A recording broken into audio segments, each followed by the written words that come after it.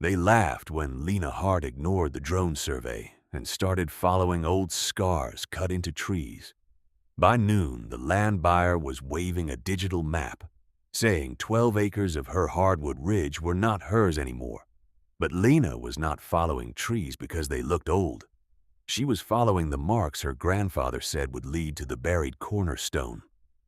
Grant Voss arrived at the ridge gate with a folded printout, a young drone assistant, and the calm confidence of a man who believed the argument was already over. The assistant's name was Tyler Reed. He carried a drone case in one hand and a tablet in the other. Grant carried the map. Lena watched them from beside the old wire gate, her boots planted in leaf mold, her jacket dark with damp from the morning woods. Behind her, the hardwood ridge climbed through white oak, beech, hickory, and old maple. It was 12 acres of shade, timber, and family memory.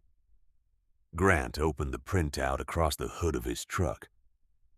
Our survey places the property line here," he said.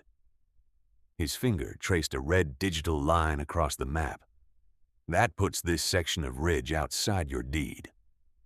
Lena looked at the line. Then she looked up toward the trees. "That ridge has been heartland since my great-grandfather." Grant smiled carefully. "I'm not questioning family stories. I'm showing you coordinates."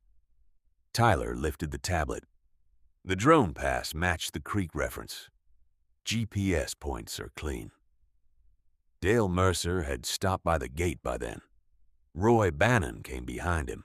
No one in the county ignored a boundary fight when timber was involved. Grant tapped the map again. "I already have a buyer lined up for selective cutting. If we settle access now, we avoid trouble later." Lena heard the softness in his voice. It was the kind of softness men used when they wanted pressure to sound like courtesy. She did not touch the paper. "I'm not signing anything today." Tyler looked surprised. Dale shifted his cap. "Lena, that's a drone survey." Roy chuckled. "Hard to argue with a machine in the sky." Lena turned toward the ridge. "No," she said, "but I can argue with a creek that moved. If you've ever seen someone use a new map to challenge old family land, drop your city in the comments. I want to know where you're watching from." That evening, Lena opened her grandfather Amos Hart's field book at the kitchen table. The cover was brown, cracked, and darkened by years of being shoved into coat pockets and laid on damp stumps. Roots had stained the bottom edge. Some pages smelled faintly of soil even after all that time indoors. Amos had been a timber farmer, a boundary walker, and the kind of man who trusted a deed but still checked the ground. He wrote down things other men only pointed at: fence gaps, storm damage, spring seep lines, old witness trees, stone piles, creek bends, which trees had been blazed before the modern fence went up. Lena turned to the ridge section. Her grandfather's handwriting was narrow and dark. "Do not trust the creek after flood years. Creek lies after flood. Blazes, remember. Last white oak points to stone." She read the line twice. Then she found his map. It showed the creek, the ridge, the old logging path, and a line of small knife marks beside tree names: beech, white oak, hickory, beech, white oak. At the end, Amos had drawn a square and written 8 paces from root flare, stone below leaf mold. Lena sat back. The drone had followed the creek, but Amos had warned her not to. The creek had jumped its bank twice in her lifetime. Once after the spring flood when she was 9. Again the year before Amos died. If the drone survey had used the present creek as the reference, it might look clean on a screen and still be wrong on the ground. Most people trusted a line because it was bright and straight. Amos had trusted what survived. The next morning, Lena walked into the ridge with the field book tucked under her arm. Grant came too. So did Tyler, Dale, and Roy. Tyler carried the tablet like it was a judge's order. Grant stayed polite. "I'm willing to watch," he said, "but tree scars are not legal markers." Lena stopped beside a beech tree halfway up the slope. The bark had grown thick around an old wound. At first glance, it looked like damage, a healed scar, a place where lightning or a falling limb might have torn the bark. But Lena brushed moss from the edge and saw the shape, a flat cut, old axe work, not fresh, not random. She opened the field book. First beech above old path. Blaze faces east. She stood back. The scar faced east. Tyler looked at the tablet. "That's 28 feet off the drone line." Grant nodded. "Exactly." Lena did not answer. She walked to the next tree. A white oak. The blaze was higher, nearly swallowed by bark, but still visible if the light hit it right. Then a hickory. Then another beech. Each mark was old. Each mark faced the same direction. Roy laughed once, but not as loudly as before. "So, trees point now?" Lena looked at him. "No, men made them point." Dale frowned. "What do you mean?" "The trees are not the boundary," Lena said. "They're witnesses. If your family ever kept field books, old boundary notes, deed maps, or tree marks that later proved true, tell me about it below." They walked for another hour. The drone line stayed lower, closer to the creek. Lena's blaze line climbed the ridge where the old timber stood heavier and straighter. Tyler kept checking the tablet. Grant kept watching Lena instead of the trees. That told her something.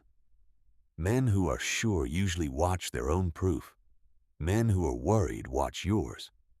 The next mark was almost lost. It sat on the side of an old beech, covered in moss and a gray shelf fungus. Lena scraped gently with the back of her knife. The shape emerged. A long, old cut. Beside it, just below the healed bark, was a smaller nick. Amos had written about it. Beech with double nick before hollow. From there, line bends to last white oak. Lena felt her throat tighten. She could almost see him walking ahead of her. Wool cap, canvas coat, field book in his pocket, one hand on bark, one eye on slope. He had not left her a story. He had left her a trail. Tyler lowered the tablet and looked toward Grant. "She's still off the GPS line," Grant said. "Then she's proving my point." Lena kept walking. The last white oak stood near the upper shoulder of the ridge. It was wider than the others, roots lifting through the leaf mold like old knuckles. A deep scar faced downslope. Bark had rolled around it for decades, but the center of the old blaze still showed pale beneath the rough gray. Lena opened the field book again. Last white oak points to stone. 8 paces from root flare. Stone below, leaf mold. Grant sighed. "Lena, this has gone far enough." She looked at him. 12 acres is far enough. Dale's face changed when she said that. Even Roy stopped smiling. Lena placed her heel at the root flare and counted 8 paces downslope. 1, 2, 3. The ground softened under leaves. 4, 5. A root crossed the slope. 6, 7, 8. She stopped. Tyler looked from her boots to the tablet. "That spot is nowhere near the drone corner." "No," Lena said. "It's near Amos's." Before we see what Lena found beneath that last white oak, subscribe for more Rootmark stories about old boundaries, buried proof, and the truths hidden in plain sight. Lena knelt and pulled away the leaf mold. The first layer was dry oak leaves, then black soil, then roots. Grant folded his arms. "Even if you find a rock, that does not make it a corner." Lena did not look up. She scraped with her hands first, then with a small shovel she had carried in her pack. The blade cut through roots and damp earth. Once, twice. On the third push, the shovel stopped. Not against root, not against shale. A hard, flat sound came up through the handle. Lena froze. Dale stepped closer. What was that? She cleared more soil. A pale edge appeared under the dark leaves. Limestone. She dug along one side, then the other. The stone was set upright, not lying loose.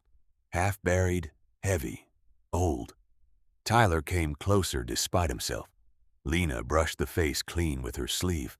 A carved cross appeared first, then initials, a H, and below them a date, 1899. Roy took off his cap. Dale whispered, "Lord." Grant said nothing. The drone hovered in the distance above the trees, but no one was looking at it anymore.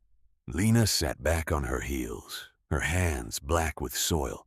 Amos's field book open beside her. The old white oak stood above the stone like it had been waiting for someone to remember why it had been marked. Grant cleared his throat. A stone has to match the deed. Lena looked up. Then we'll check the deed. Marion Pike came from the county records office that afternoon. She was not impressed by arguments, family pride, polished boots, or drone printouts. She carried an old deed copy, a surveyor's reference sheet, and a pencil sharpened down to half its length. Lena showed her the stone. Grant showed her the drone map. Tyler showed her the tablet. Marion looked at all three and said nothing for a long moment. Then she knelt by the limestone marker. She traced the carved cross without touching it too hard. She checked the initials. She checked the date. Then she opened the deed copy. "Original Hart Ridge Corner," she read. "Limestone marker at Witness White Oak, cross-cut on face. A.H. mark.